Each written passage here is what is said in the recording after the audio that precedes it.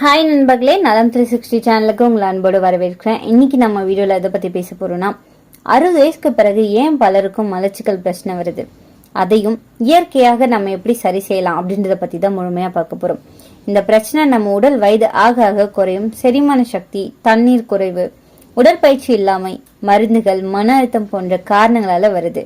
ஆனா மருந்து இல்லாமலேயே இதை சரி செய்யலாம். வீட்டிலேயே உள்ள இயற்கை வழிகள், உணவுகள், தினசரி பழக்கங்கள், இது எல்லாத்தையும் நம்ம விரிவா இன்னைக்கு தெரிஞ்சுக்க போறோம்.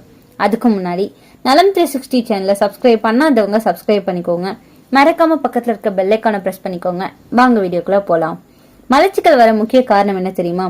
தண்ணீர் குறைவா குடிக்கிறது. பலர் போதுமான அளவு தண்ணீர் குடிக்க மாட்டாங்க. நார்ச்சத்து குறைவான உணவா எடுத்துப்பாங்க. வயது வந்த பிறகு பலர் ரைஸ் பேஸ்டு டயட் மட்டும்தான் பின்பற்றுவாங்க.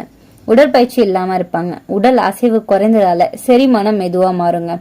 மருந்துகள், ஒரு சிலர் பிபி, டயபெட்டிஸ் மருந்துகள் கூட அதிகமா எடுத்துட்டு இருப்பாங்க. இதனால மலச்சிக்கல் வர வாய்ப்பு இருக்கு. மன அழுத்தம், உடல் மனம் ரெண்டுமே இணைப்பு குறைந்திருக்கிறதால குடல் சுருக்கங்கள் பாதிக்குங்க. இதற்கான இயற்கை தீர்வுகள் என்னன்னு தெரியுமா? தண்ணீர் சிகிச்சை, வாட்டர் தெரப்பி. காலை எழுந்ததும் வெந்நீர் குடிக்க வேண்டும். 3-4 கிண்ணம் வெந்நீர் குடிச்சா குடல் சுத்தமாகும். வெந்நீர்ல கொஞ்சமா எலுமிச்சை சாறு, கொஞ்சமா தேன் சேர்த்து குடிக்கலாம். நார்ச்சத்து அதிகமான உணவுகள், வாழைப்பழம், பப்பாளி, செம்பருத்தி கீரை, சுண்டல், ஓட்ஸ், பிளாக்சீட் போன்றவை தினசரி சேர்க்கணும். தினமும் குறைஞ்சது 25-30 கிராம் ஃபைபர் எடுத்துக்கிறது தேவையான ஒண்ணுங்க. பழங்கள் மற்றும் காய்கறிகளை சாப்பிடலாம். பப்பாளி செரிமானத்துக்கு சிறந்தது. கீரைகள், கேரட், பீட்ரூட், குவா குடல் சுத்தமா வைக்கிறதுக்கு இதெல்லாம் ரொம்பவே தேவைங்க. நைட்ல பப்பாளி அப்படி இல்லைன்னா காய்கறி சாலட் சாப்பிடலாம். நல்லெண்ணெய், நெய் சாப்பிட்றது நல்லது. உணவுல கொஞ்சமா நெய் சேர்த்தோம் அப்படின்னா குடல் சுருக்கம் இயல்பாகும்.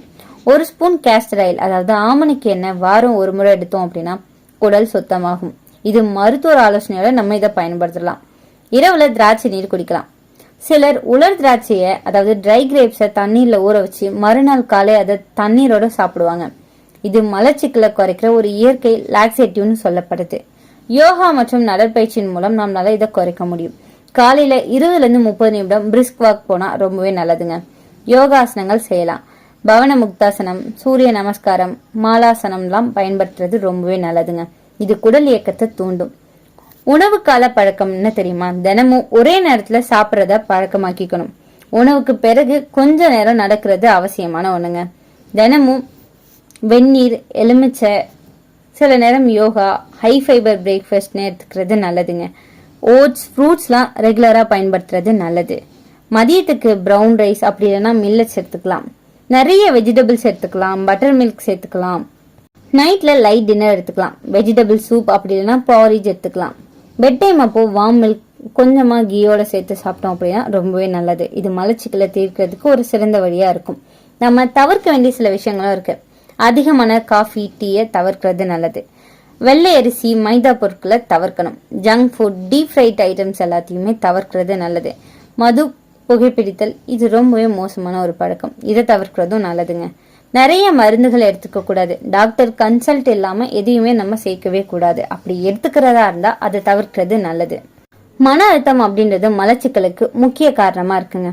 தியானம், கொஞ்சமா பிரார்த்தனை, நல்ல உறக்கம், 7-8 மணி நேரம் உறக்கம்ன்றது ஒரு மனிதனோட அத்தியாவசிய தேவை. அதுல எப்பவுமே நீங்க குறை வைக்கவே கூடாது. நல்ல மனநல, நல்ல செரிமானம், நல்ல உடல் நலம், இதை மட்டும் மறக்காதீங்க. நம்மளோட பாரம்பரிய மருத்துவத்துல திரிபலா சூரணம், இது நைட் 1 டீஸ்பூன் வெந்நீரோட சேர்த்து குடிச்சிங்க அப்படின்னா மலச்சிக்கல் குறையும். இசப்கூல் ஹஸ்க், இது நேச்சுரல் ஃபைபர் சப்ளிமெண்ட் சொல்லப்படுது. ஆமணக்கு எண்ணெய், டாக்டர் ஆலோசனைக்கு பிறகு அக்கேஷனலா இதை நம்ம யூஸ் பண்ணிக்கலாம். இந்த மலச்சிக்கலை போக்குறதுக்காக நார்ச்சத்து நிறைஞ்ச உணவுகள், போதுமான தண்ணீர் குடிக்கிறது, உடற்பயிற்சி செய்வது போன்ற இயற்கை வழிகளால நம்ம இதை தவிர்க்க முடியுங்க. முழு தானியங்கள், பழங்கள், காய்கறிகள், பருப்புகள் மற்றும் விதைகள் போன்றவற்றை உணவுல சேர்த்துக்கொள்ளலாம். சைனா கிராஸ் போன்ற சில மூலிகைகளும் மலச்சிக்கலுக்கு உதவியா இருக்குங்க. பிரவுன் ரைஸ், ஓட்ஸ், பருப்பு வகைகள், பீன்ஸ், பட்டாணி, முழு தானியம், ரொட்டி போன்ற நார்ச்சத்துக்கள் நிறைஞ்ச உணவுகளை அதிகமா உண்ணுங்க. பழங்கள், பப்பாளி, பிளம், ஆரஞ்சு போன்ற நார்ச்சத்து உள்ள பழங்களை சாப்பிடலாம். ஜியா சீட்ஸ் மற்றும் ஆலி விதைகளை இயற்கையான மலமிளக்கியா செயல்படுத்தலாம். தினமும் போதுமான அளவு தண்ணீர் குடிக்கிறதால மலம் மென்மையாக்கி குடல் இயக்கத்தை மேம்படுத்தி பழச்சாறுகளும் நல்லது பண்ணுதுங்க. உடற்பயிற்சி தேவை. உடற்பயிற்சி செய்யறது குடல் இயக்கத்தை மேம்படுத்த உதவியா இருக்கும். சைனா கிராஸ், அதாவது அகரகர். கடற்பாசிலிருந்து தயாரிக்கப்படுற இந்த சைனா கிராஸ் தண்ணீரை உறிஞ்சி உப்பி மலத்தை மென்மையாக்கும். இது அளவான தண்ணீர்ல வேக வச்சு இரவு படுக்கிறதுக்கு முன்னாடி சாப்பிடலாம். சரியான நேரத்துல கழிப்பறைக்கு செல்லும் பழக்க வழக்கங்களை கடைபிடிக்கிறது மலச்சிக்கலை தடுக்க உதவியா இருக்குங்க. சரியான நீரேற்றம் மற்றும் நார்ச்சத்து நிறைந்த உணவுகள் மலச்சிக்கலை தடுக்க சிறந்த வழிகள்னு சொல்லப்படுது. இந்த முறைகள் பலன் அளிக்கல அப்படின்னா மருத்துவ ஆலோசனை பெறது ரொம்பவே நல்லதுங்க. மலச்சிக்கல் ஒரு சாதாரண பிரச்சனை மாதிரி தோன்றலாம், ஆனா நீண்ட காலம் இதை புறக்கணிக்க கூடாது. இயற்கை வழியில குடலை சுத்தமா வச்சுக்கொண்டா உடல் முழுக்க ஆரோக்கியம் கிடைக்கும். தினசரி பழக்கம், உணவு மாற்றம், மன அமைதி இதுவே நம்ம உடலுக்கு பெரிய மருந்துன்னு சொல்லப்படுது.